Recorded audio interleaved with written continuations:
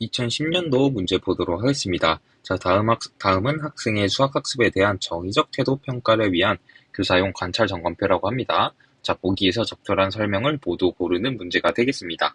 자, 먼저 보기를 보도록 할까요? 자, 위의 관찰 점검표는 교사가 평가를 위해 관찰해야 할 학생에게 행동 목록을 제공하니까 기록 자료의 분석을 수월하게 할 수 있겠다. 자, 이런 것을 보면, 이 문제가 대충 우리는 관찰 및 면담 평가에서 관찰에서 일화기록법, 체크리스트, 평정척도법, 요거에 대해서 물어보고 있구나 감을 잡을 수 있겠죠. 자, 그러면 그 개념을 한번 우리가 정리를 하고 가도록 합시다. 자, 관찰 및 면담 평가. 지금 관찰을 주로 볼 거예요, 관찰. 자, 관찰의 일단 장점은 뭔가요? 바로 학생의 정의적 영역을 판단할 수 있죠. 알아갈 수 있죠. 정의적 영역이란 태도, 이런 것을 의미하는 거예요. 자, 그리고 또 장점이 뭐가 있을까요?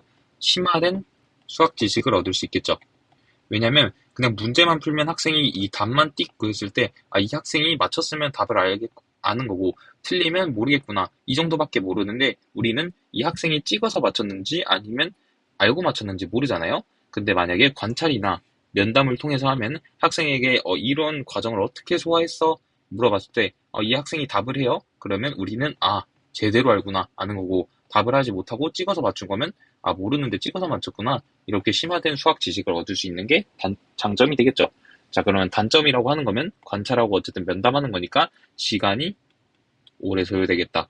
그리고 관찰 및 명담 평가는 교사가 이 학생을 바라보는 관점이 정규 1등과 정규 꼴찌에 대한 이 주관적 지식이 개입될 위험이 있다라는 게 단점이 존재하죠.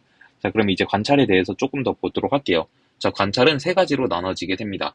자, 바로 어떻게 구별되냐면, 첫 번째로는 일화기록법, 자, 두 번째는 체크리스트, 세 번째는 평정척도법이 있겠죠.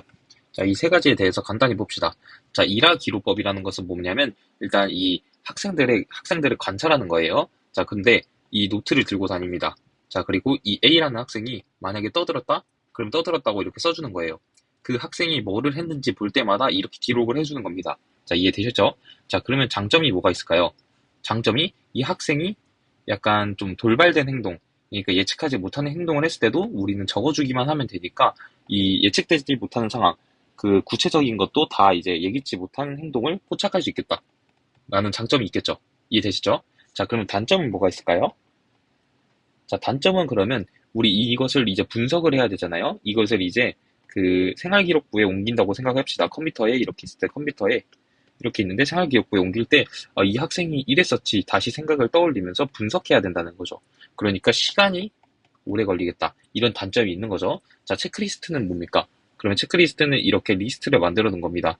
자, 떠들면 체크, 그리고 달리면 체크, 아니면 수업 시간에 뭐 먹으면 체크, 이러고 그 A라는 학생이 이 떠들었다 체크를 하고, 달렸다 체크, 먹었다 체크, 이렇게 체크를 함으로써 학생들을 평가하는 방법이죠. 자, 이러면 장점이 뭐가 있을까요?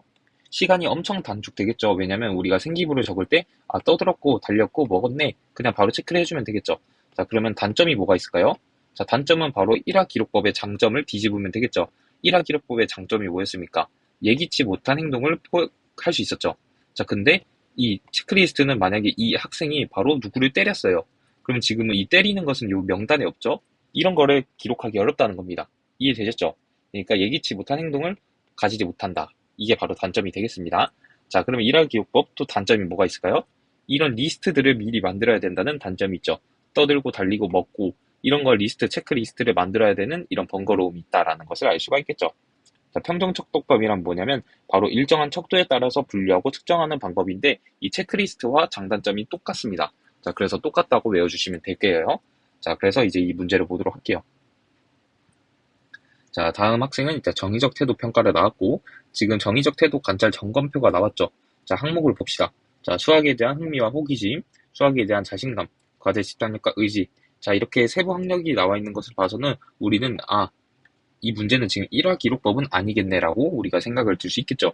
왜냐면 이렇게 척도로 체크하는 게 나와 있기 때문이죠. 자, 이해 가시죠? 자, 그러면 기억을 보도록 할게요.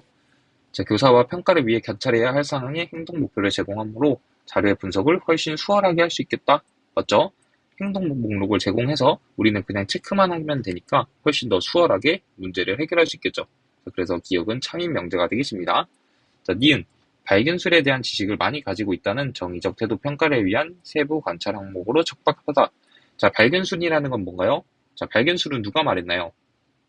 자, 발견술은 바로 말하면 숀펠드가 말했죠.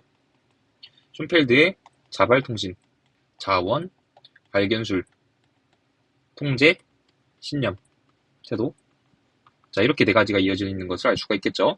자, 자원은 어떠한 문제를 푸는 공식, 발견술은 비정형 문제를 해결하는 능력, 통제는 적용하는 능력, 신념 태도는 어떤 문제에 대한 자신의 태도, 이걸 의미하게 되겠죠. 자, 발견술은 그러면 어떤 비정형 문제를 해결하기 위한 새로운 접근 방법, 이런 걸 의미하는 거니까 문제 푸는 거에 관련이 있겠죠. 그러니까 정의적인 게 아니라 바로 인지적인 게 되겠죠. 인지적 태도라는 게 바로 학습 능력에 관한 거고, 정의적 태도는 그냥 언행, 이런 성품, 이런 걸 의미하니까 바로 정의적 태도가 아니라 인지적 태도인 것을 알 수 있어서 바로 니은은 거짓이 되겠다라는 것을 알 수가 있겠습니다. 자, 디귿. 위의 관찰 점검표는 학생이 자신의 수학적 태도를 스스로 자기 평가하는 데도 활용이 될 수 있겠다.